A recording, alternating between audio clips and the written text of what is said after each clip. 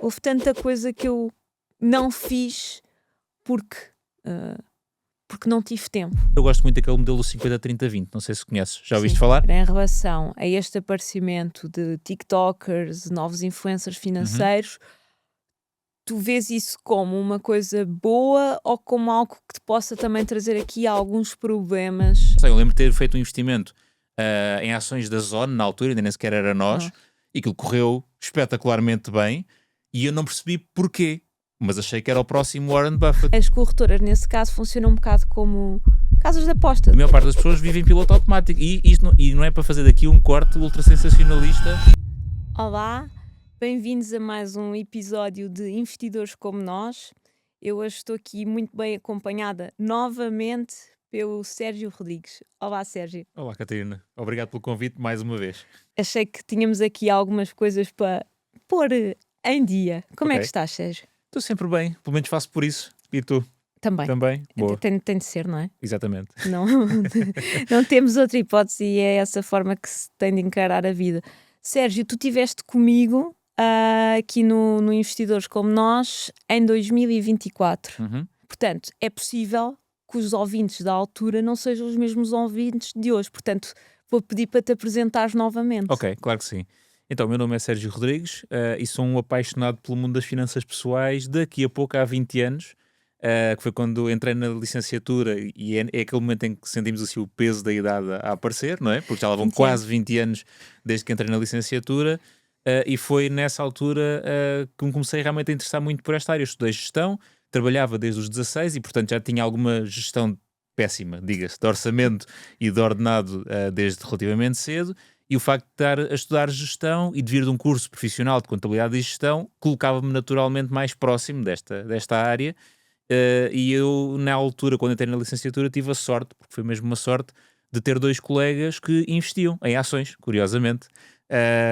E, portanto, nós demos-se bem e acabámos por começar a trocar muitas impressões e muitas ideias. E aprendi bastante com eles, foram os meus primeiros professores, muito mais do que os professores da própria faculdade, diga-se a boa da verdade, Pois. não é? E então isto já foi em 2008 que eu comecei a interessar mais por esta área das finanças, dos investimentos, da gestão do dinheiro, etc. E que acabou por resultar num projeto em 2020 chamado Finanças dos 90. Na altura, não sei se foi no primeiro confinamento da Covid ou se foi no segundo, mas foi logo ali no início, uma página no Instagram, um site chamado Finanças dos 90, onde eu começava a escrever artigos e a dizer umas coisas e a fazer umas publicações sobre esta área. E olha, começou por hobby, para passar algum tempo e obviamente poder também passar algum conhecimento desta área que faz sempre falta e os indicadores mostram isso. Sim. Começou como um hobby e acabou por se transformar numa renda extra ao fim de algum tempo, um género de um part-time, e que acabou por depois transformar no meu trabalho a tempo inteiro já em 2023. E entretanto passaram essencialmente 3 anos desde esse momento, e hoje em dia é o meu trabalho enquanto educador financeiro. Portanto, em termos de formação, a criação de conteúdos continua, o meu site, o podcast, o YouTube, isso mantém-se obviamente de uma forma Claro. mais profissional do que era na altura, mas o que era a missão através de um hobby, hoje é a missão através de um trabalho, o que é uma história interessante, diria eu. É muito interessante mesmo. E o que é que tu sentes que mudou desde que tu começaste em 2020, dedicado a esta área das finanças pessoais, para agora? Estamos em 2026, portanto, este percurso Certo. destes 6 anos. Mudou claramente o número de pessoas a produzir conteúdos de uma forma geral sobre estes temas. E obviamente estamos aqui a generalizar o tema literacia financeira com Sim. os vários subgrupos Sim, dentro de cada um. investimentos, Exatamente, finanças pronto. pessoais. Eu comecei a acompanhar pessoas em Portugal, eu diria que em 2018, mais ou menos. Eu diria que foi mais ou menos a partir dessa altura que começaram a aparecer mais algumas pessoas. Em 2020 apareceram bastantes. Sim, as pessoas aproveitaram estar em casa sem O fazer mesmo, nada. o mesmo que eu fiz, muitos outros Exatamente. fizeram, e por isso há uma diferença muito considerável. Desde 2020, eu tenho a oportunidade de conhecer, não sei se todos, mas uma grande quantidade das pessoas que começaram também em 2020, muitos deles mantêm-se, mas ao longo destes 6 anos, muitos novos foram aparecendo, e portanto há essa diferença. Eu diria que a principal diferença é essa, é a quantidade de informação e a quantidade de pessoas que existe e que continua, e a cada vez, lá está, no meio disto tudo aparece o TikTok, não é? Apareceu no momento da Covid para as dancinhas e para as coisas um bocadinho mais fora da caixa, mas que depois se transformou numa outra ferramenta, se quisermos dizer, um outro tipo de conteúdo, e que trouxe também mais uma nova leva de produtores.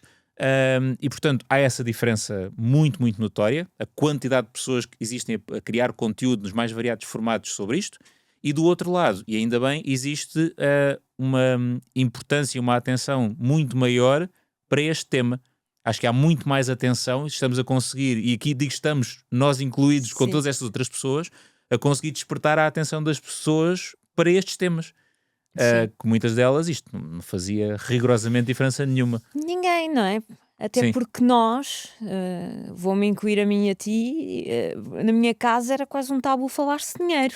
Sim, Ah, na maioria dos casos, nós não sim. podíamos saber quanto é que os nossos pais ganhavam, quanto Certo, é que certo. tinham investido, como é que eram as poupanças, como é que era feita a gestão. Isso era uma coisa que não se falava, Uhum. nem em casa, nem na escola. Exatamente, sim. E lá está, o meu pai trabalhou na autoridade tributária a vida quase toda e eu não sabia como é que funcionava o IRS, Boa. nem os impostos de uma forma geral.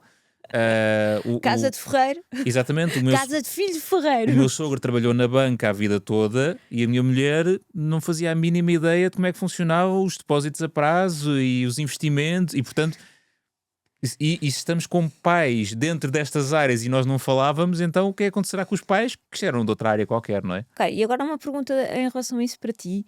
Tu achas que isto tem a ver mais com a nossa cultura portuguesa ou mesmo com um problema de sistema desses assuntos não haver esse incentivo para esses assuntos serem discutidos? É um bocadinho dos dois. Acho que há uma parte cultural muito relevante. Até porque Portugal passou, pelo menos na minha opinião, por uma transição muito grande em termos de estilo de vida e de qualidade de vida em 50 anos. Sim. Sensivelmente, não é? Temos há claramente ali, em muitas outras coisas, mas aqui também claramente antes e depois do 25 de Abril.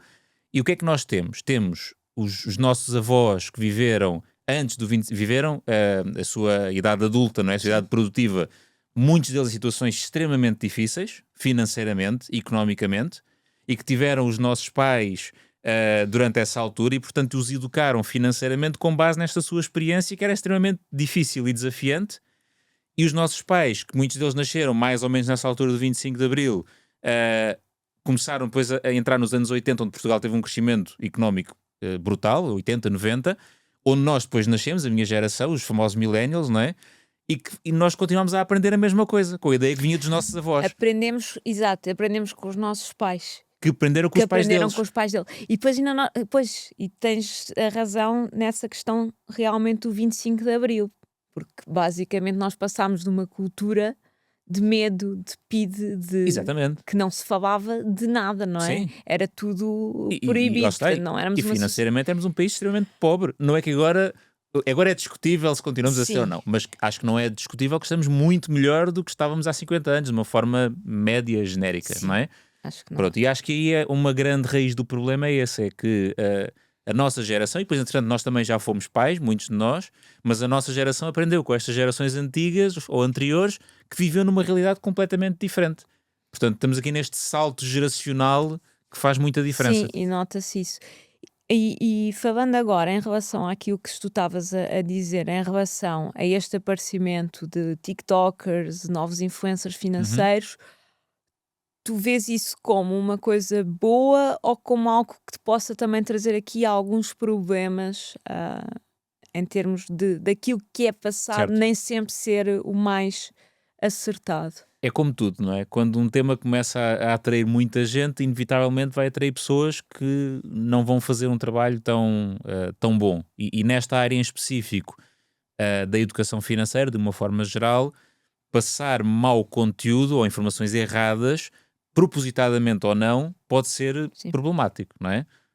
Fala-se muito também dos influenciadores da área da saúde ou da nutrição, que também acaba por sofrer do mesmo desafio, não é? Passar uma informação errada para milhares de pessoas que veem pode trazer problemas sérios a quem consome aquele conteúdo. E por isso, acho que é positivo existirem mais pessoas a criar conteúdos. acho que também obriga, e isso está a ser cada vez mais falado, e já com uma série de iniciativas a acontecerem, a haver a famosa regulação, haver algum tipo de controlo, de não sei como é que devemos de chamar, para garantir que a informação que estas pessoas passam é fidedigna e que é real. Porque depois há aqui duas coisas. Uma coisa é o esquema, fraude, burla, pura e Pura dura. e dura. Isso é uma coisa. Pronto. Outra coisa é eu não estou a burlar ninguém, estou simplesmente a dar uma informação que está errada e que pode ser perigosa se alguém a seguir. E é nesta área que eu sou um grande fã da regulação e cada vez que eu digo isto, meio mundo cai-me em cima. E os reguladores estão muito atentos a isto e tivemos casos relativamente recentes em que o regulador atuou sobre cerca de 30 produtores de conteúdo para impor aqui algumas regras e alguns limites que, na minha opinião, têm sempre que existir. Que levanta sempre a discussão do então, mas a liberdade de expressão. Certo, mas a vida em sociedade, lamento dizer, mas depois vai dar um bom corte para as redes sociais. Vivermos em sociedade implica termos algum tipo de limite para nos orientarmos. Não pode ser a selva onde cada um faz o que quer sem nenhum tipo de penalidades. Sim. Não pode ser a selva. E até vou-te dar aqui um exemplo que não sei se conhece ou não. Deves entender que os Estados Unidos acabam por ser dos países, nesses termos, mais livres do mundo, porque eles têm lá aquela célebre emenda que as pessoas têm a liberdade de expressão e aquilo é um bocado, toda a gente faz e diz um bocado aquilo que quer, mas depois, em termos de regulação, eles têm, há quase 100 anos, proibido produtos financeiros tóxicos nos Ok. Estados Unidos. E nós, na Europa, continuamos a proibir, a permitir esses produtos financeiros tóxicos, que eu também acho interessante. Certo. Portanto, eles na parte de expressão e de liberdade de expressão deixam andar, na parte daquilo que vai realmente tirar, porque basicamente o que acontece com estes produtos financeiros tóxicos é que, de uma forma legal, as 99 ou 96, ou, eles têm lá um número, A estatística. a estatística das pessoas que perdem, vão perder dinheiro com esses produtos financeiros. Certo. Portanto, eles também fazem regulação, é um bocadinho entendida de outra forma. E nós aqui temos, incluindo reguladas, muitas empresas dessas que promovem ativamente esse tipo de produtos. Qual é a tua opinião sobre isso? Gosto mais da nossa versão, nossa europeia, porque acho que lá está. Acho que não existe por defeito produto financeiro tóxico, ok? Mesmo que seja um produto onde 99% perde dinheiro, não quer dizer que o produto seja mau, eventualmente, ok? Quer dizer é que há uma ínfima probabilidade de conseguir ter um bom resultado naquilo. O que não invalida que ele possa fazer sentido para algumas pessoas e que o 1% tenha resultados. Agora, obviamente, que acho que há aqui um equilíbrio, ou seja, não concordo que se, por exemplo, proíba e não se possa comunicar, não se possa promover, mas deve haver um cuidado e uma atenção redobrada sobre a comunicação que se faz e da forma como ela é feita. E eu aqui, apesar de não ser todo, e aqui temos a falar essencialmente de CFDs, produtos alavancados de uma Sim. forma geral, não é de toda a minha área, nunca coloquei €1 nesses produtos, não sou contra, mas não recomendo a ninguém que siga por esse tipo de produtos, porque lá está, uma ínfima parte das pessoas realmente consegue algum resultado com eles, mas eles existem. Pronto. Pois, a gravidade maior desses produtos e daquilo que existe aqui é que normalmente eles são transacionados no mercado paralelo, ou seja, dentro das próprias corretoras. Ok. E aquilo funciona, as corretoras nesse caso funcionam um bocado como casas de apostas, ou seja, aquilo que tu perdes é ganho pela instituição. Certo. E isso para mim, que eu também não sou a favor eu sou muito mais liberal. Acredito na liberdade de expressão, acredito na liberdade de valores e de transações e das pessoas poderem, porque no fundo depois o dinheiro é delas, não é? Certo. Se a pessoa quer gastar o dinheiro, eu por exemplo não gosto de jogar no Euromilhões, mas quer dizer, daí também vamos proibir o Euromilhões, não é? A probabilidade de ganhar o €1.000.000 é ainda mais Ainda é baixa mais do que baixa ganhar do nos que dos CFDs. CFDs, E por isso- exatamente. Exatamente. Portanto, vamos entrar nessa proibição, aí eu estou completamente de acordo contigo, não é? Certo. Vamos permitir às pessoas e vamos educar as pessoas sobre os riscos e sobre aquilo que implica as decisões delas. Agora, a questão é mesmo essa, não é? É das pessoas. E voltamos à parte da literacia financeira, não é? Certo. Porque se esse trabalho for bem feito, seja por escolas, seja por influenciadores, seja pela comunicação, pelos livros, por tudo aquilo que for dar às pessoas, as pessoas vão conseguir ter o conhecimento Uhum. para escolher e para saber aquilo Exatamente. que estão a fazer, não é? E esse é o segredo, porque lá está. O segredo que não é segredo nenhum, como é óbvio. Porque lá está, o investimento em ações também pode correr muito mal, não Pois é? pode. E não é por isso que investir em ações é mau. Não. Exatamente. E depois há ações que são muito boas, há ações que são muito más, há ações que até são boas, mas têm péssimos momentos e vice-versa. E, portanto, no final de contas, vai sempre remeter a isso que estás a dizer, que é conhecimento, educação, literacia, financeira e não só, para poder tomar as decisões. E uma coisa que eu digo sempre é, eu quando faço um investimento, ou um investimento mais consensual ou menos consensual, independentemente do que eu faço, quando eu aplico o meu dinheiro em algo, podemos generalizar, eu tenho que estar consciente e o que eu digo sempre é, eu nunca posso ficar surpreendido de um resultado que saia dali. Nunca. Ok? Nunca, seja um resultado, perdi tudo, ou o resultado, isto foi 1000% acima. Eu nunca posso ficar surpreendido. Ou seja, todos os cenários possíveis têm que estar na minha estratégia, têm que estar na minha cabeça e saber, ok, a minha expectativa até é esta, é que isto vai comportar mais ou menos aqui, mas eu sei que este intervalo pode alargar brutalmente. E eu nunca posso ter um resultado que no final diga, mas eu nem sequer sabia que isto era possível. Isso era possível. Isso é que nunca pode acontecer. Porque a partir do momento em que temos essa consciência, estamos a fazer o tal investimento consciente, responsável, sabendo tudo o que está em cima da mesa, que pode correr muito bem, pode correr muito mal, pode não acontecer rigorosamente nada. E está tudo bem. Quando somos surpreendidos com o resultado e achamos que isto, eu nem sequer sabia, então é porque alguma coisa não correu bem. Mas isso nunca te aconteceu? Ser surpreendido por um resultado? Não, Seja positivo ou negativo? surpreendido no sentido em que eu esperava que isto desse 20 e afinal deu 50, ou menos 20 e afinal deu menos 80. Isso sim, surpreendido nesse sentido, mas consciente que podia dar menos 80, podia dar 50 ou 100. Exato. Nunca aconteceu o tal resultado que eu nem sequer sabia que isto era possível acontecer. Esse nunca me aconteceu. Aliás, nunca me aconteceu a partir do momento em que eu comecei a fazer as coisas conscientemente. No processo de aprendizagem faz parte, não é? Isso foi em que altura? Foi antes de te dedicares exclusivamente a isto ou já o estavas a fazer antes? Não, muito de antes, lá começares está. a comunicar? Muito antes, sim. Porque eu, quando comecei a estudar isto, lá está, em 2008, cometi inúmeros erros, porque faz parte, e é uma coisa que eu digo muitas vezes, a teoria é fundamental, temos que saber o que é que estamos a fazer uma boa análise do investimento, fazer, lá está, a nossa gestão de expectativas, tudo isso, mas depois temos que ir para o terreno e testar os nossos conhecimentos. E, inevitavelmente, diria eu, obviamente que hoje é muito diferente, uma coisa que também mudou muito neste espaço de 20 anos, não é? É que hoje eu consigo testar, consigo acompanhar estratégias de outras pessoas, consigo ouvir opiniões diferentes, coisa que há 20 O anos acesso à informação é muito diferente. não E, tem portanto, nada a ver. eu na altura tinha que bater muito mais com a cabeça na parede, não é? E cometer se calhar muito mais erros que hoje mais facilmente os evito. E por isso, sim, houve investimentos, lá está, eu lembro de ter feito um investimento em ações da Zone na altura, ainda nem sequer era nós, e aquilo correu espetacularmente bem, e eu não percebi porquê. Mas achei que era o próximo Warren Buffett, que na altura nem sequer sabia muito bem quem era o Warren Buffett, não interessa. Mas achei que eu era o próximo grande investidor mundial, porque tinha feito ali um investimento que tinha corrido muito bem em muito pouco tempo. E então o facto de eu não ter percebido e não saber exatamente porque é que aquilo aconteceu, fez-me tomar péssimas decisões dos investimentos seguintes. E lá foi aquele ganho todo, lá foi tudo por ali abaixo. Pronto, e por isso. Mas lá está, nunca fiquei surpreendido mesmo nestes resultados. Eu sabia que aquilo podia correr mal. O que é que aquilo me deu de aprendizagem? Ok, eu tenho que perceber, ou pelo menos dentro da minha esfera de controle, os mercados são altamente imprevisíveis em muita coisa, e há muita coisa que está fora do nosso controle, mas dentro daquilo que está no meu controle, a minha gestão de expectativas. Pronto, e depois logo se vê o que é que acontece. Boa. E mudou alguma coisa na tua forma de investir desde a última vez que nós falámos, isto em 2024, nos últimos 2 anos? Agora com esta... Não, em 2 anos não mudou.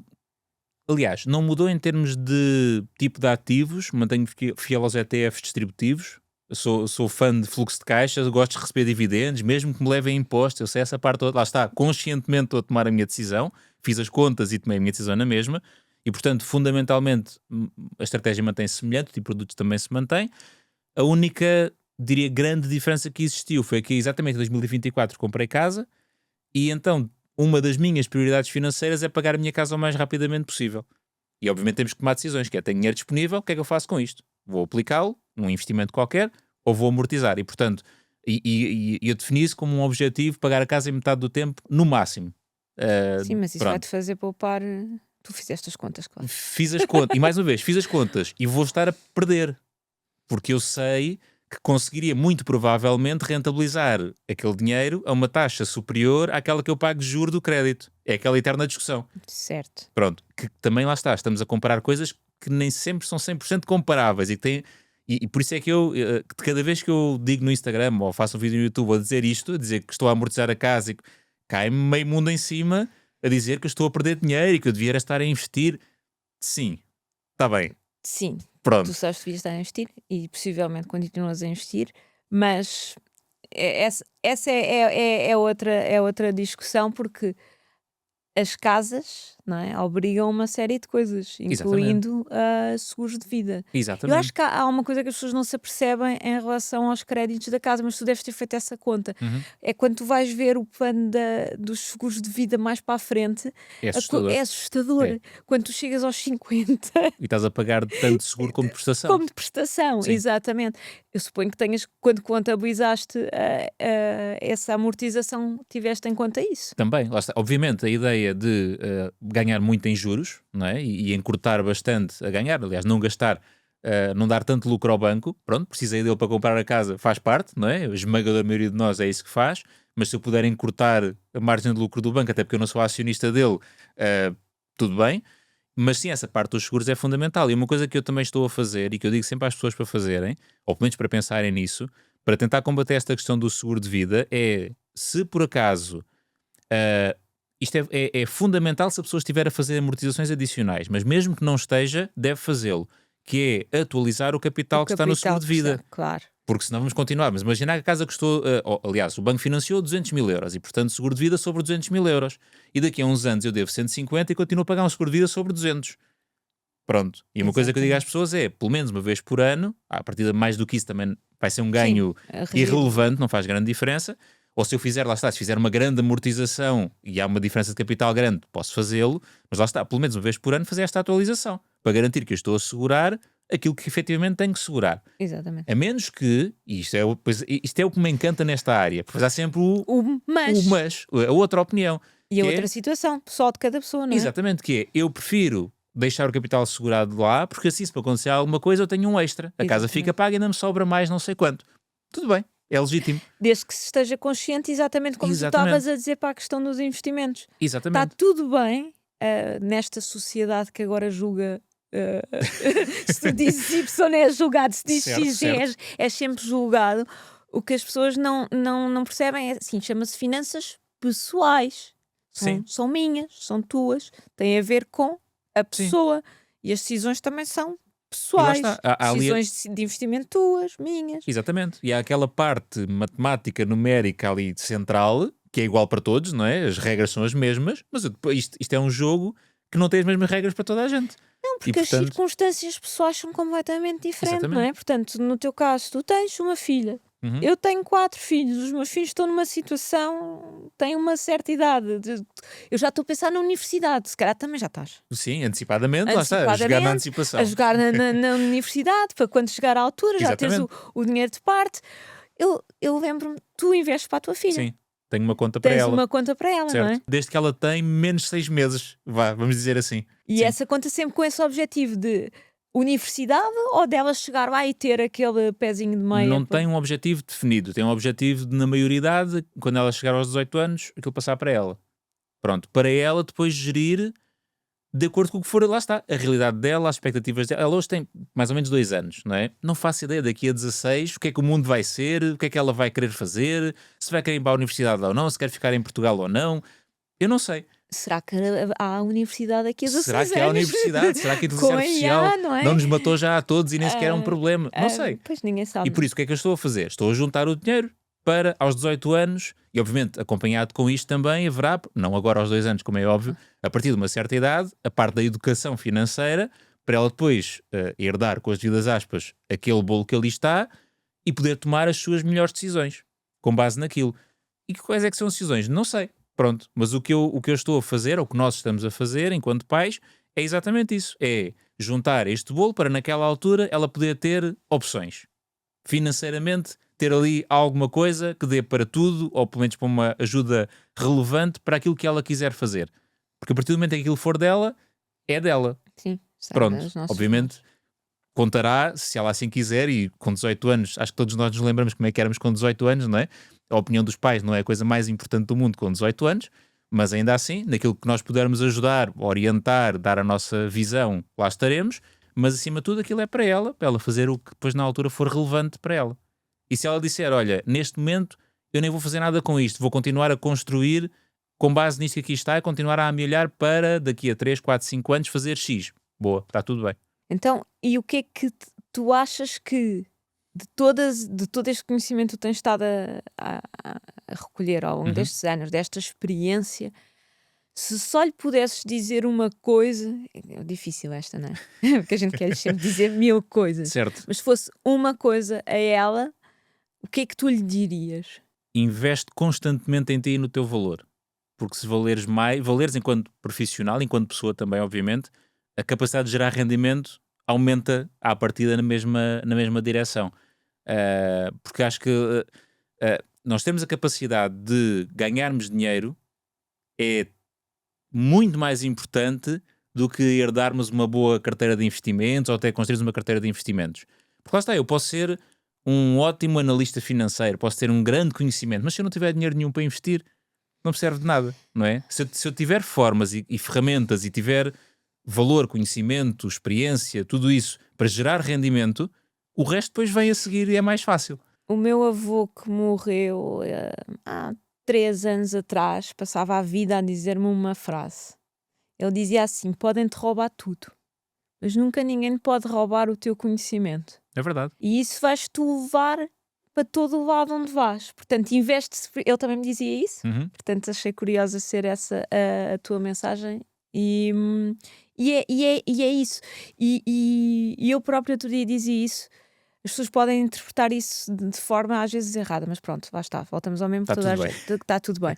Que é, às vezes as pessoas esforçam-se tanto para porem 50, 100 euros de parte numa conta de investimento e que se calhar esse capital investido em conhecimento nelas próprias, se calhar passado uns anos estariam a ganhar o dobro que o que estão a ganhar hoje, Uhum. a continuarem no caminho em que estão. Ou seja, haver os múltiplos que se consegue gerar através do conhecimento próprio, das ferramentas que nós vamos ganhando, do conhecimento que vamos conseguindo, que nos vão fazer ganhar mais e mais, acho que são, são só as multibaggers é que compensam isso. Mas lá está também, quando tu investes com tão pouco, faz mais sentido quase Certo. investires em ti para ires ganhar mais, porque depois a seguir o retorno que vais conseguir sobre esse valor que vais conseguir aportar vai ser sempre muito maior. Certo, sem dúvida. E lá está, eu faço muito trabalho com estudantes universitários, sou muitas vezes convidado pelas associações de estudantes das universidades, e eu digo-lhes sempre isso, que é, quando as pessoas saem da faculdade, estão em pé de igualdade com milhares de outros, de todas as faculdades do país e do mundo, que têm aquele nível de conhecimento que mais ou menos é standard, digamos assim, obviamente com pequenas variações, mas dentro daquele curso há não sei quantos milhares que sabem a mesma coisa. E, portanto, a maioria das pessoas, e depois do mercado de trabalho, toda a experiência que eu tive antes de trabalhar por conta própria, não é?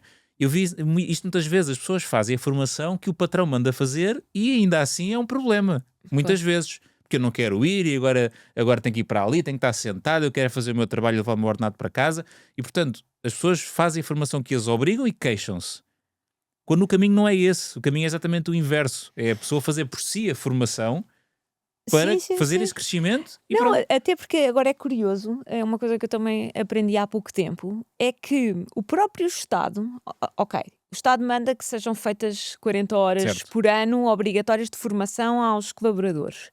Mas, se tu quiseres, como empresa, pagar uma formação a um colaborador teu, o Estado, pronto, a gente já sabe o que é o Estado, não é? O Estado tem de ir buscar o dinheiro, não é? Certo. Mas o Estado passou a considerar, e se nós pensarmos nesta parte da questão de o conhecimento ir com o trabalhador, o Estado passou a considerar que essa formação é uma parte de remuneração ao trabalhador. Ok. e passou a ser incluída nos rendimentos do trabalhador. Portanto, empresas que queiram dar mais dinheiro através dessa forma, Uhum. ou pagar esse tipo de formação, se não for dentro daquelas 40 horas obrigatórias, tipo pós-graduações, estudos Certo. universitários, isso vai ser considerado um rendimento na esfera do Ok. colaborador. Eu não sou. Acho um bocadinho mau. Por acaso, eu acho, quer dizer, a gente está. Não sabia. Estou a ouvir isso pela primeira vez. Pois, eu fiquei muito chocada quando a minha contabilista me disse. Eu achei, acho mal. Acho que há tanta coisa para se taxar e para ir buscar impostos. Ir buscar o dinheiro às pessoas quando elas estão investindo nelas próprias e depois vão gerar mais riqueza. Mas pronto, Isso daria para aqui discussão iríamos ficar aqui para o noutro, próximo episódio. para o próximo episódio, exatamente. Mas pronto, esta questão do conhecimento, isto faz todo o sentido.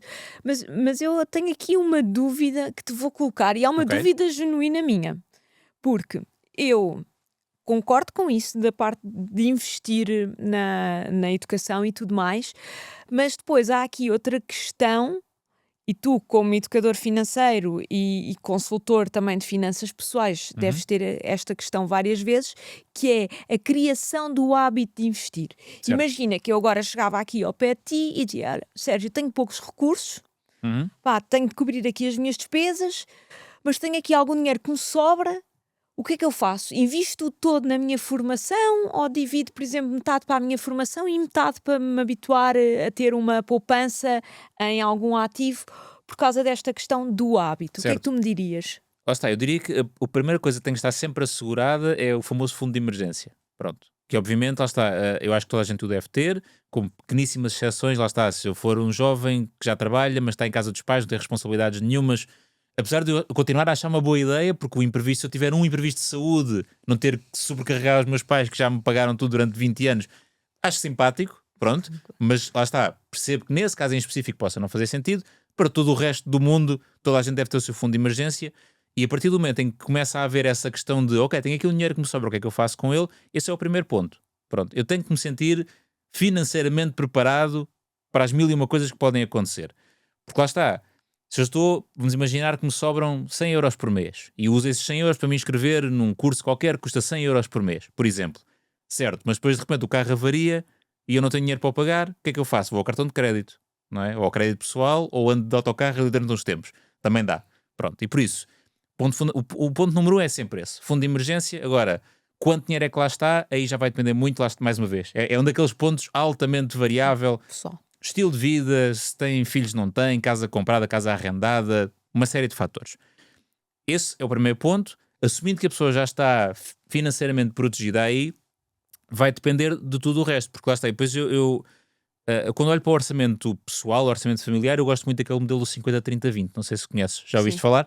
Pronto, que na sua Podes explicar versão porque é nova. original diz que nós devemos dedicar 50% do nosso rendimento às nossas despesas essenciais, portanto, a renda ou prestação da casa, às contas, o supermercado, etc. 30% às despesas não essenciais, onde se inclui a formação. Lá está, a formação, somos muito honestos, não é obrigatório, não é essencial. Eu Sim. não como formação, não vivo nela e, portanto, é uma despesa não essencial. E os outros 20% então para serem poupados ou investidos, dependendo do cenário de cada um. Já agora uma nota, isto é a fórmula original. Eu, por exemplo, troquei o 20 com o 30. Eu faço 30% para poupanças ou investimentos, 20% para não essenciais. Porque neste momento me faz sentido assim. E por isso cada um depois adapta aquilo que quiser. E por isso, o que é que temos que fazer? As contas e perceber o nosso orçamento, alinhado com essas percentagens, temos margem nos tais, utilizando a versão original, nos 30% que nós usamos para o almoço ou o jantar fora, a subscrição da Netflix, o ginásio, essas coisas todas. Há margem ali, ou podemos tirar dali para fazer outra coisa, que é a partir assim, não é? A vantagem das despesas não essenciais é exatamente serem Dar-te não opções. essenciais. Sim, É que eu posso dar-te cortar opções. tudo. E a minha vida fundamentalmente está igual. Mas aí entra a questão que muitas vezes se defende nas redes sociais, que é da qualidade de vida. Então, mas agora vou deixar de almoçar fora ou jantar fora tantas vezes, ou ir ao cinema para me inscrever neste curso. Sim. Sim. Se não tens dinheiro para as duas coisas, vais ter que decidir o que é mais importante para ti. É ir ao cinema todos os sábados ou fazer este curso? A questão é que, tendencialmente, nós temos sempre o foco no curto prazo. Exatamente.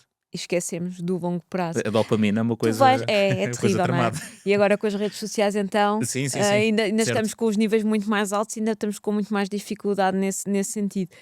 É muito difícil.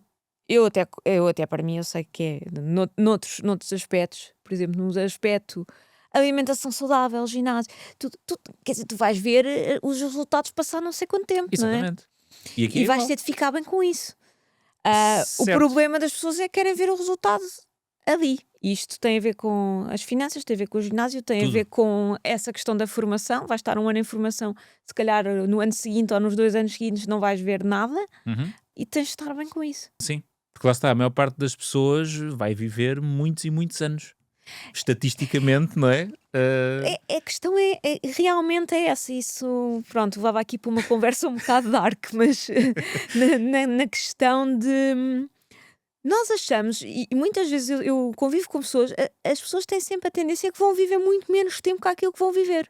Pois. E depois a seguir são muito surpreendidas quando chegam àquela idade aos 70, achar que já não iam lá estar. Então não se prepararam para essa eventualidade. Exatamente. Sim. É como tu dizes, estatisticamente. Estatisticamente é muito provável chegarmos lá e cada vez mais ultrapassarmos essa idade, não é? Apesar da esperança média de vida em Portugal estar a rondar os 81, 82, como mais ou menos, acho que todos nós conhecemos pessoas que ultrapassaram largamente essa idade. E só tem tendência para aumentar à medida que o tempo passa, que os cuidados de saúde também vão aumentando, a longevidade das pessoas vai aumentando também. E por isso, sim, posso morrer aos 40? Claro, não é? E há pessoas que morrem aos 40, certo? Se eu viver em Portugal, que é um sítio bastante seguro, não há guerras, não há... É provável que isso aconteça? Não, nem por isso. E por isso mais vale eu preparar-me para viver 80 ou 90 e depois, olha, morri aos 60, do que preparar-me para viver 60 e depois fica um problema durante os últimos 20 ou 30 anos. Que ainda por cima a energia já não vai ser a mesma, Exatamente. a capacidade de trabalho vai ser outra. E isso acontece muitas vezes e eu digo isso sempre, há muitos pais, felizmente, preocupados em, lá está, poupar alguma coisa para os filhos, para lhes juntar para a faculdade ou para a casa, ótimo. E a minha pergunta sempre é, então e as finanças dos pais, como é que estão? Porque se os pais não tratarem das suas finanças, inevitavelmente vão se tornar encargos financeiros para os filhos lá mais à frente. E nós sabemos o encargo que Sabemos. Pois, e por isso, cuidar das finanças dos filhos, poupar para eles, investir para eles, ótima ideia, tudo de acordo. Mas isso não pode ser mais importante do que as finanças dos pais, para agora e para essa idade, estarem também salvaguardadas. Porque senão todo o bom esforço que fizemos agora vai ser completamente destruído daqui a 20 ou 30 anos. Sim, até porque existe uma questão interessante, e eu outro dia até estava a falar disso com o César Borja, o meu marido, e nós estávamos a falar exatamente dessa questão de dar aos filhos e tudo mais. Há uma coisa que nós esquecemos, por exemplo, o acesso ao crédito. Um jovem de 25, de 30 anos tem acesso ao crédito. Um pai ali nos 60, 65 já vai ser outra coisa, não é? Certo. Às vezes tu vês pais a fazerem sacrifícios. Queremos que o nosso filho tenha uma casa, vamos pegar nas nossas poupanças para o ajudar a comprar a casa e vamos nos descapitalizar nesta idade, onde depois eles já não vão ter esse acesso ao crédito. Já estamos aqui depois se calhar num campo, só que para os pais se calhar, lá está, entra a parte emocional de Certo. parecer um egoísmo de... E recentemente há uma coisa que, na minha opinião, ainda mais perigosa que isso, que são pais de 60 e tal, a hipotecarem a casa onde eles moram para dar aos filhos para eles terem o dinheiro para a entrada para a casa deles. Pois. Ou isto sem falar de pessoas que fazem hipoteca na casa dos pais para depois investirem esse dinheiro, que isso ainda é outro nível. Bem, isso é outro nível. Isso ainda é outra coisa, mas é uma... E é uma coisa, aliás, isto é perfeitamente legal, não há qualquer questão, não há ilegalidade nenhuma nisto. Isto existe, é possível, mas eu acho isto um precedente perigoso e de repente eu só ouço pessoas a falar sobre isto e que isto é uma ótima ideia, não tens os teus 10% que o banco não te empresta, faz uma hipoteca na casa dos teus pais.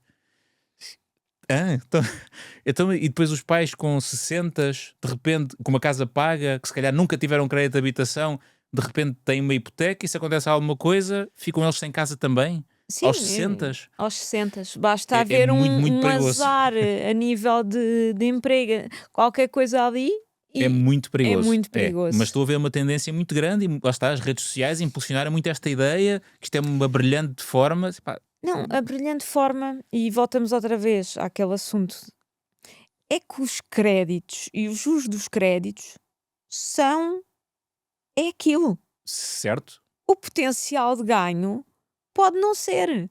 Sim, se entrarmos na Ninguém parte te do investimento, garante. sim. Quando eles vêm falar das médias dos índices e das médias dos mercados dos anos anteriores, isto são médias. Ninguém nos garante que nos próximos, eu espero que não, e acho, não, quer dizer, não acho, não sei, ninguém sabe, não é? Uhum. Quem é que nos diz que nos dois próximos 2, 3 anos que os mercados não caem 15, 20% ao ano? E que a poupança, Certo? que o seguro, mas isto em média rendeu. Pode não ser. Nós, em princípio, temos as tendências e disso Uhum. tudo. Mas os próximos 10 anos podem não ser iguais aos anteriores. Exatamente. Ninguém nos garante isso. Isso não é garantido. Nada nos mercados financeiros é garantido. Uhum. Por contra, o crédito à casa, a taxa de juro, os encargos ao banco, os seguros, tudo isso é garantido. E eles vão buscar se não for pago Sim, sim, sim. e se não for cumprido. Portanto, ainda bem que estás a fazer esses... Tenham muito cuidado com essas artimanhas que existem. Não é aliás, não quer ser mal interpretado. Não é que sejam artimanhas. Com essas formas que existem. E por coisa que o meu grande receio é: será que os pais sabem exatamente o que é que aquilo significa? Os pais que concordam com isto sabem exatamente o risco que eles também estão a correr? Pois, E de repente temos pais e filhos sem casa. E desapareceram 2 casas porque aconteceu uma coisa qualquer na vida dos filhos, deixaram de conseguir pagar e de repente toda a gente perdeu a sua casa. E os pais estão com 70. Sim. E o que é que fazemos com estas pessoas todas? Portanto, isto é literacia financeira, é saber tudo. E mais uma vez, se toda a gente estiver consciente, confortável de concordar com isto, Exato. está tudo bem. Está tudo bem, desde que depois daqui a 1, 2 anos não comecem a aparecer casos aí nos telejornais de famílias inteiras que de repente ficam desalojadas porque andaram a investir as casas Pois, delas e dos pais. certo. E isso seria triste e trágico. E Vamos ver possível. o que é que aí vem. E esperemos que não, como é esperemos óbvio. que não. Mas lá está, é bom alertar, porque é assim, os bancos são sempre muito nossos amigos enquanto as coisas correm bem. Certo. Quando as coisas correrem mal, ninguém vai ter pena e ninguém vai. E o banco quer é emprestar. Claro, é o negócio do O banco, negócio esse. do banco é esse. Não vai querer saber se tu avisaste bem o teu pai, se estás ciente dos riscos, não. Para eles é fantástico. Muitas vezes fazem hipotecas, imagina, de casas pagas e fazem uma Sim, o hipoteca risco de do banco é 50% do valor da casa e o risco deles é baixíssimo. Agora, o risco da outra pessoa, das outras pessoas, é que... E aqui não é e também acho que é importante desconstruirmos esta ideia de os bancos são todos uns aldrabões e são todos maus da fita. Não, os bancos estão a fazer o negócio deles e o trabalho deles. Ponto final. Os bancos são obrigados, por lei, a fazerem-nos ler, que ninguém lê, não é? Certo? Aquelas 20 páginas de documentos legais. Mas eles dão-nos aquilo, Uhum. dão às pessoas, para as pessoas verem. 90% não lê. Certo? Até Mas 90%. assina a dizer que leu Mas tudo e assina a concorda. dizer que leu tudo. E está lá. E eles cumpriram a obrigação deles, porque eles são muito Exatamente. regulados. E, portanto, cabe à pessoa e cabe-nos a nós também, e nisso incluir um bocadinho aqui esta questão para estes alertas destas situações e destes problemas, de chamar a atenção para isto. Agora, Certo. é assim, não é muito mais giro, muito mais instagramável e de dancinha de TikTok, dizeres hipoteca a casa do teu pai, compra aí Certo. 2 ou 3 casas para arrendar e ganha dinheiro sem fazer Sim. nada. Isso é muito mais... E de repente és milionário. E de repente és- Não és. Tens uma dívida gigante acumulada àquilo e isso faz de ti não milionário. Mas pronto, mas essa ideia, mas isso aí a culpa, entre aspas, é do famoso pai rico, pai pobre, não é? Do Robert Kiyosaki e da sua dívida boa, que as pessoas não só leram uma parte, ou só querem ler uma parte. A parte que interessa. Que é a parte que interessa. Que é, o dinheiro do banco é muito melhor que o meu. Certo. Mas, Mas, mais uma vez, um grande mas. Mas, lá está. Mas, e depois há essa outra questão também aqui, que é, uma coisa é a realidade americana. Dos anos 90, onde isso foi escrito, Pois, não ainda é? por cima, Com já tudo o que nem mudou, vamos... entretanto. Sim, Exatamente. Outra coisa é a realidade europeia e principalmente sem dúvida. portuguesa. Ah, Sim, e há esta tendência de se ir buscar as ideias e depois ser, lá está, intelectualmente seletivo. De exatamente. usarmos as partes que nos convém, não é? E que Também, sim. queremos ouvir. É um bocadinho E isso. nós, há alguma coisa que eu me tenha esquecido de perguntar ou que tu gostasses de... E pá, isso é uma pergunta É difícil. difícil, não Nunca me é? tinham feito essa pergunta. Eu esqueci-me de alguma coisa. É a primeira vez que me perguntam essa. A ver aqui, é assim, se continuássemos a correr nisto, podíamos ficar aqui a tarde toda, mas tens de ir trabalhar, tens de ir ver a tua filha, não é? Tem que ir buscar daqui a bocadinho quando Tens de ir saímos aqui. Sim. Olha, uma coisa interessante.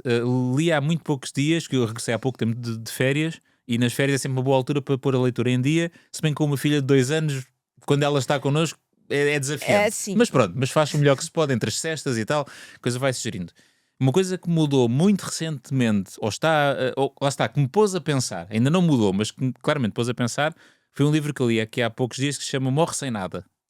Ah, Já ouviste falar? Ou já ouvi. leste? Die with Zero. Exatamente, Tenho Die with lá. Zero. Ainda não li, Pronto. mas tenho lá, sim. Está na E lista. lá está, e aí foi culpa do Instagram, já não sei quem é que estava a falar sobre isso, que lhe perguntaram quais eram os melhores livros que tinha lido e a pessoa falou daquele e eu pensei, olha, isto é interessante, fui, comprei e levei para as férias. E devorei aquilo numa tarde, não sei bem como, lá consegui nos intervalos ir fazendo aquilo.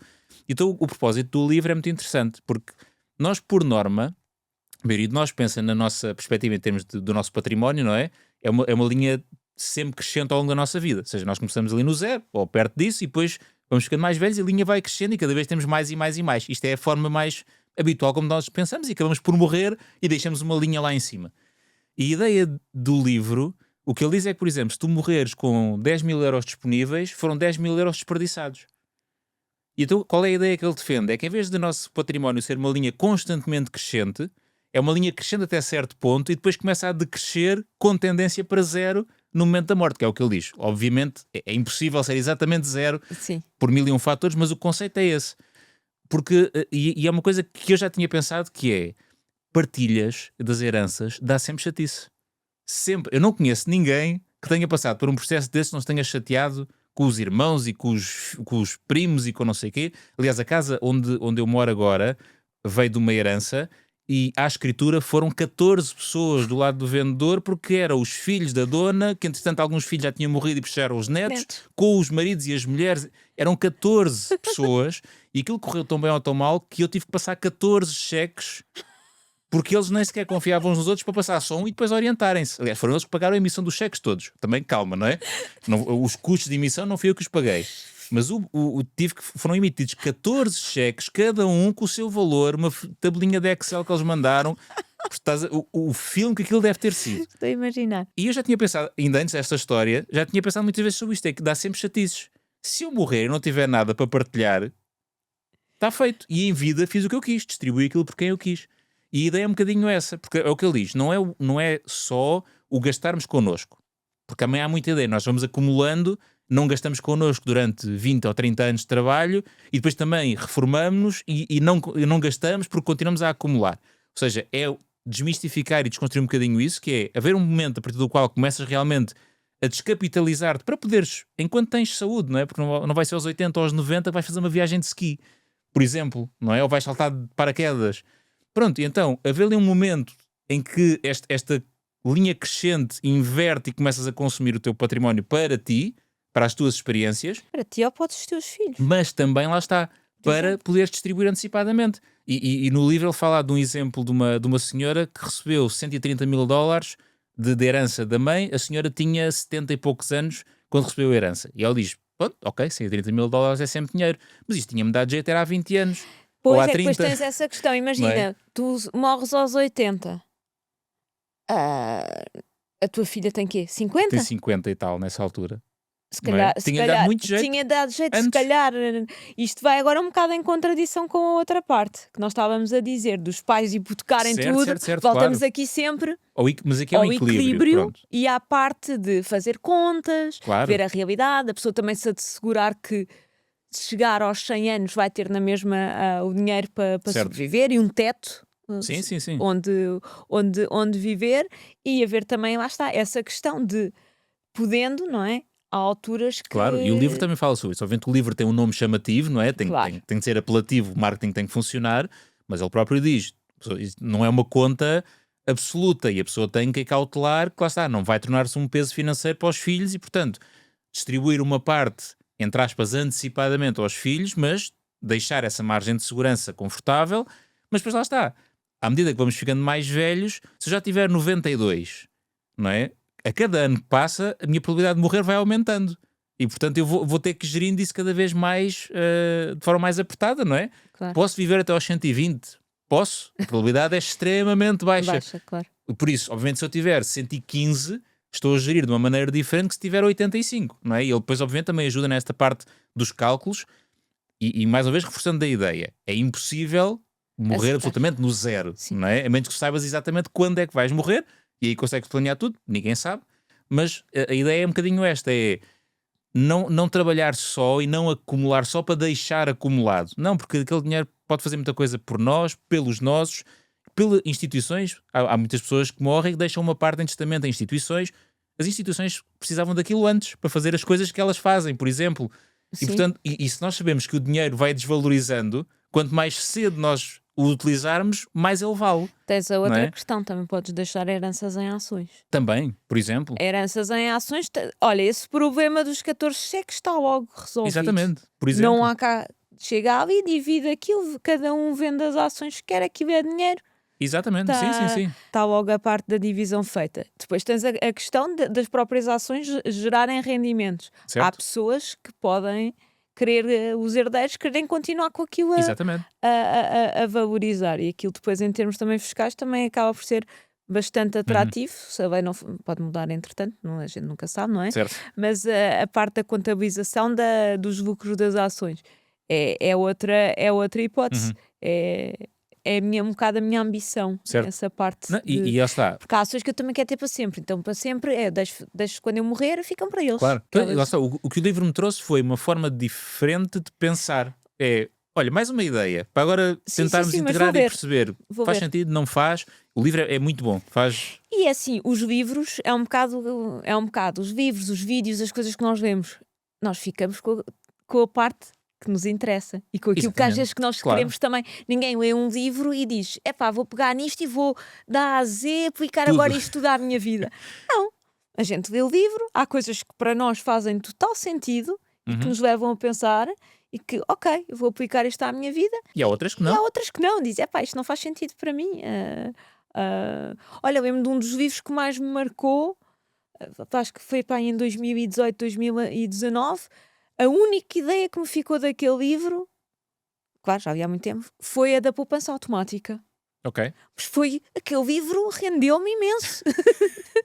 Porque Certo. eu até então fazia aquela coisa de quando chegar ao final, logo poupo. Uhum. Nunca chegava, não é? Nunca chega. Nunca chega, Certo. não é? E eu li o livro e pensei, olha que ideia tão gira. Foi à minha conta, vou já aplicar isto. E apliquei. E nunca mais pensei Certo. Já viste o retorno que uma ideia de um livro uma te trouxe? ideia de um livro. Portanto, E para quem disser, os livros são caros, compre-os na Vinted, também. compra, Vão à lê, biblioteca. vão à É biblioteca. grátis. Existem montes de feiras, depois vendem-no a seguir. Eu já disse isto, eu compro muitos livros na Vinted, é quase a única coisa que compro na Vinted. Compro, há coisas que não consigo encontrar, ou coisas que quero mesmo ler naquele momento, tem que ser e pagar os 15 ou 20 euros no mínimo por um livro. Mas a maioria compro na Vinted, leio e depois vendo outra vez. Muitas vezes pelo mesmo preço que eu comprei, portanto estou a ler a custo zero. Pronto. Pronto, mas Fica a obviamente as ideia. bibliotecas existem e portanto essa desculpa do os livros são caros, mais ou menos, Não há investimento melhor que uns livros. mas lá está, mas mesmo quem não tenha 15 euros, 20 euros, 5 euros, não queira, tem outras prioridades, não tem desculpa, porque há Não, várias não tem, formas não de tem. ler gratuitamente ou muito perto disso. Aquilo, e voltamos outra vez à questão do conhecimento, tu pensares que tu por 20 euros, estou aqui a pôr o preço, tu por 20 euros tu tens um livro, o teu livro, eu tenho o teu livro, Uhum. autografado por ti, muito obrigada, Que o teu livro chama-se... Espera. Pensar, Poupar, Ganhar. Está aí atrás de ti. Por acaso. Está aí o Pois está. segundo a contar de baixo. Está, sim, senhora. Olha, podíamos ter preparado Pronto, aqui não e faz eu mal. tinha mostrado o teu livro. Pensar, Poupar e Ganhar. Esse livro, tu foste escrever, estavas com 20 anos a pensar sobre estes assuntos. Certo. Então, isto quer dizer que alguém, por 20 euros ou por 10 na Vinted, Uhum. por aí, consegue pegar no teu livro e ler 3, 4 horas e consumir tudo aquilo que te levou a ti 20 anos a Certo. aprender. E mais não sei quanto tempo é que demoraste a escrever o livro. Uns largos meses. Uns largos Sim. meses a condensar as melhores ideias, a pôr aquilo digerível para nós. Portanto, É é dado. um privilégio que nós temos. Sim, o meu ganho poder por hora, ler. enquanto autor, é próximo de zero. Se formos dividir por essas horas todas. Exatamente. Sim. Exatamente. Portanto, olha, leiam livros. Sim, sem dúvida. Melhor investimento. Sem dúvida. Acho que se formos pensar... Não, porque estávamos a falar da questão do investimento no conhecimento. Claro. Estávamos a falar em cursos de 100 euros por mês e da pessoa investir. Temos esta outra alternativa, a questão dos livros, não é? E ainda temos a alternativa disto que estamos aqui a fazer, que é gratuito, Que é gratuito para quem também. está a consumir. Exatamente. Pronto. Portanto, isso. não há desculpa hoje em dia. Há prioridades. Há quem não tenha esta prioridade de aprender, de ter mais ferramentas. Está tudo bem. Desde que conscientemente diga, isto não é uma prioridade para mim, eu não quero aprender nada neste momento, tudo bem. Está tudo A certo. desculpa do não tenho tempo, não tenho dinheiro, não sei como, não sei onde, isso hoje em dia já não é desculpa. Não é desculpa. A pessoa quando diz isso, a única coisa... Não está a enganar os outros, está-se a enganar ela própria. A única coisa que ela tem de dizer e tem de assumir perante ela própria é: eu não tenho intenção de fazer isto agora. Mas isso custa a pessoa de Essa assumir. parte vai custar mais. Certo. Mas basicamente é isto. Mas é eu isso. agora não quero, eu sou honesta comigo mesmo. Não tenho tempo, porque se eu quisesse tempo eu arranjava o tempo. Certo. Os dias têm as mesmas 24 horas para toda a gente. Eu aí discordo. O relógio sim, o relógio tem igual a toda a gente. Mas a tua vida, por exemplo, com 4 filhos e a vida de uma pessoa solteira, as 24 horas são muito diferentes. E se os teus 4 filhos se fossem ainda muito pequenos, é uma vida diferente. Portanto, toda a gente tem as mesmas 24 horas, mais ou menos. Mais ou menos. Sei. Mas percebo o conceito. Eu acho que qualquer pessoa consegue encontrar 5 ou 10 ou 15 minutos do seu dia para aprender qualquer coisa, não é? Nem que seja no transporte público enquanto vai para o trabalho, vai ouvir uma conversa como esta, ou vai a ler o livro, ou no fim de semana tira um bocadinho, ou faz uma manhã por mês para fazer o tal curso, a tal formação. Eu acho que quem quer consegue encaixar qualquer coisa a algures. É a pessoa conseguir, olha, por exemplo, eu gosto de fazer tudo e encontrei muito tempo na manhã. Por exemplo. Antes das pessoas acordarem, eu normalmente ou vou ao meu ginásio, ou leio alguma coisa, ou aprendo alguma coisa. Na manhã está toda a gente a dormir e aquele Certo. é o meu tempo. Ok, Sim. levanto-me 1 hora, 2 horas mais cedo que... Escolhas. Podias não o fazer. Estavas mais 1 hora ou 2 na cama, não é? E não fazias essas coisas. Mas optaste por fazer isso. Sim. Da mesma forma que há muitas pessoas que no final do dia, pessoas que até tenham filhos, já ao jantar, os filhos estão a dormir, o que é que as pessoas fazem? Sentam-se no sofá a ver, às vezes nada, não é? Está a televisão ligada num canal, barulho de fundo, e estamos no Instagram ao mesmo tempo a ver receitas de airfryer que nunca vamos fazer. Está aí. São Se calhar estão aí os nossos 10 ou 15 minutos ou meia hora. Eu habituei-me, eu hoje em dia, por exemplo, só vejo Netflix, eu vou ver e tem de ser. Eu digo para mim própria, eu estou a ver isto é consciente. Exatamente, e está tudo bem. Eu quero ver isto porque quero estar aqui sem pensar a ver uma porcaria qualquer de Netflix porque quero limpar o meu cérebro. E está tudo bem, mas é consciente. Agora, o que às vezes acontecia há anos atrás era, eu sem pensar, sentava-me e passava uma tarde inteira a ver binges de filmes de Netflix. E depois chegava e dizia assim, eu queria ter começado a fazer aquele projeto. Mas não tive tempo. E depois olhava para trás, não tiveste tempo, ok, tiveste 5 horas a ver Netflix. Pois. Certo. Mas é assim, lá está, não é...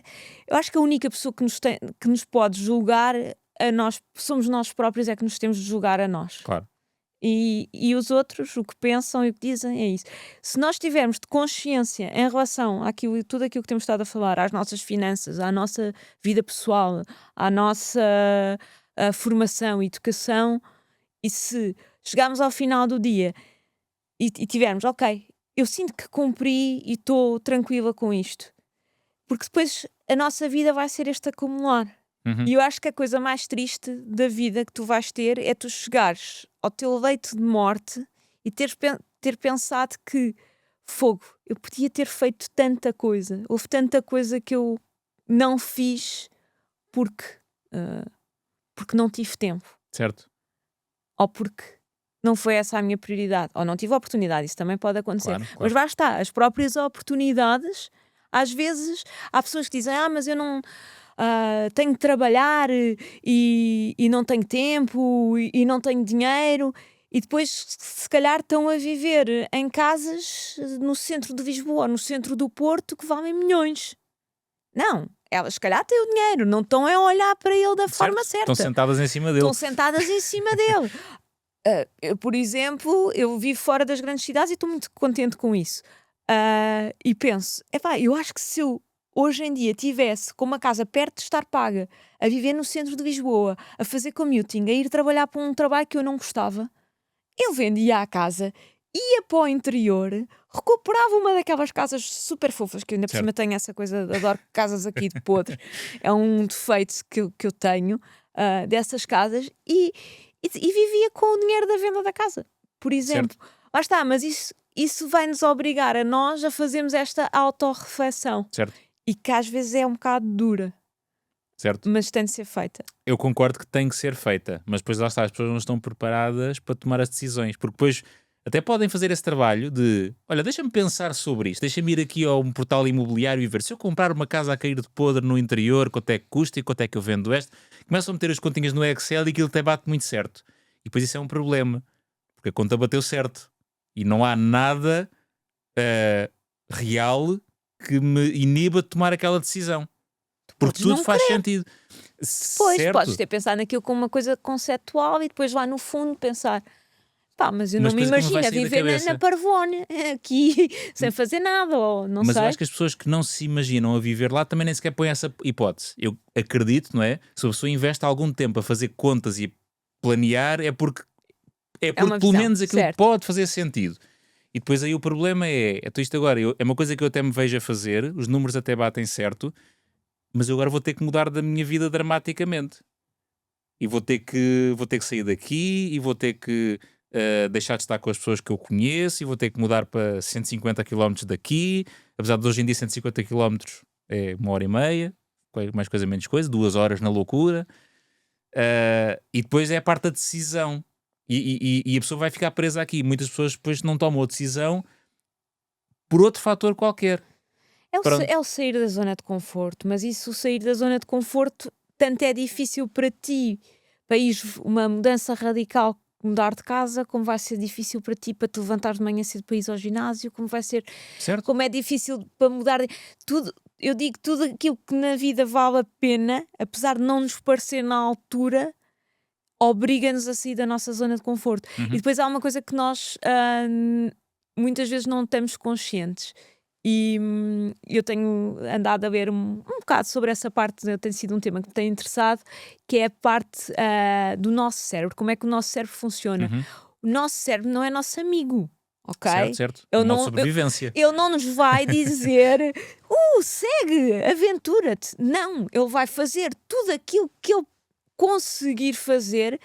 A única missão dele é fazer com que nós sobrevivamos, não é? Certo? Portanto, tudo aquilo que implicar um grande risco, um movimento, dificuldade, aquela vozinha lá na cabeça vai começar a dizer: de certeza, vais fazer isso, vais mesmo sair. Vai implicar isso, portanto, vai implicar depois aqui todo um trabalho teu de saber se Certo. aquilo realmente e de começar a pensar e a visualizar e a ver no teu íntimo como é que tu imaginas a tua vida dali para a frente e se aquilo é uma coisa que faça mesmo sentido económico, emocional, financeiro, familiar, Uhum. para ti. Mas lá está, para poder sequer tomar essa decisão, a pessoa tem que parar, tem que ponderar, tem que pensar e tem que, logo no primeiro ponto, que é pensar se aquilo sequer é uma ideia. é o sair do automático. Porque o automático, vamos imaginar que é um automático no sentido em que sai de casa às 7h30 da manhã para apanhar 2 transportes públicos, para estar no escritório às 9, num trabalho que eu detesto até às 6. Portanto, este é o meu automático. Eu tenho que ter a capacidade de conseguir sair durante 20 minutos deste automático para sequer pensar se isso é uma alternativa ou não. E a maior parte das pessoas vive em piloto automático. E não é para fazer daqui um corte ultra sensacionalista de cada um sabe da sua vida, como é óbvio. Mas eu quando digo piloto automático é no sentido em que as pessoas estão a fazer tudo sem sequer pensarem. Aquilo já é tão rotineiro, tão habitual, que já nem sequer se sai dali. É a zona de conforto. Por muito desconfortável que ela seja. Muitas vezes. E há muita gente muito desconfortável na sua zona de conforto e não percebe a dica e não percebe que aquele desconforto que sente aquela pequenina parte do cérebro lá atrás a tentar empurrar para o outro lado qualquer. Empurrar para o outro lado. Sim, porque lá está, é preciso esse tempo, é preciso esse parar. Exatamente. Mas normalmente o parar que as pessoas entendem é: vou parar à frente da televisão e Netflix. Exatamente. E muitas desliga o vezes cérebro. o que nós precisamos é de parar connosco próprios, sozinhos. Isso dava, pai, muita conversa. Eu não sei como é que chegámos a esta conversa vindo de investimentos e tal, mas estou a gostar do caminho que levámos. Da parte Sim, mas as pessoas não gostam de estar com elas próprias, muitas delas. Pois. Por isso não estão preparadas para essa realidade. Difícil, exatamente. Interior, fazer inclusivamente financeiramente. Que é, o que é que eu estou a fazer com o meu dinheiro?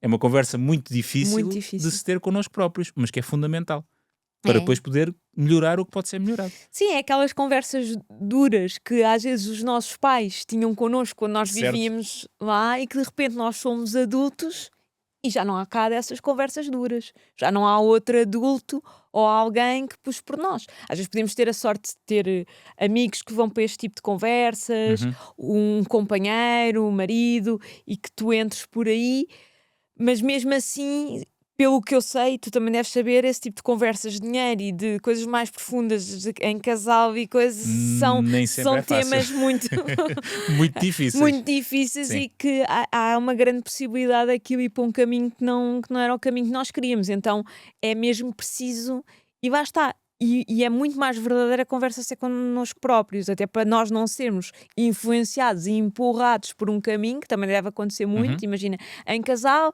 vamos ir para o interior. Pá, um dos membros até nem... Não era bem aquilo, mas também não parou para pensar e foi e depois foi. E depois chega lá e pensa, isto não está a correr bem. Mas lá está, parece que nunca há esse tempo para parar, para pensar, mas ele existe. Certo. Nós é que temos como estávamos a falar há bocadinho, ele existe. Está a ser ocupado com outra coisa qualquer, que temos que perceber o que é e redirecionar esse tempo para outra coisa. Mas pronto, é duro e é difícil. Mas é assim, faz parte da vida e faz parte do processo. De quem quer evoluir, de quem quer procurar alternativas, uma vida melhor. E também, lá está, começarmos a habituar um bocado a gostar também do desconforto. De nos pôr às vezes em posições um bocado desconfortáveis, nem que seja a posição desconfortável de nos perguntarmos a nós próprios: é isto mesmo que eu quero? Estou aí no caminho certo? Vai ser desconfortável, mas se calhar mais vale ser desconfortável agora 25, 30, 40 do que ser desconfortável aos 70 ou aos 80 quando já não temos grandes alternativas nem nada a fazer. É isso mesmo. Bom, Sérgio, acho que acabámos as filosofias e podemos ficar por aqui. O que é que achas? Parece-me que sim, mas acho que deixámos aqui bons pontos para uma terceira conversa, eventualmente, para filosofar aí à vontade. Lá em Lisboa, a ver se depois gravamos. Quer dizer, lá em Lisboa, aqui no Porto, porque eu entretanto depois também tenho cá a voltar. Está bem. Aqui. Quando quiseres, é sempre um gosto falar contigo. Igualmente. Obrigado. Obrigada.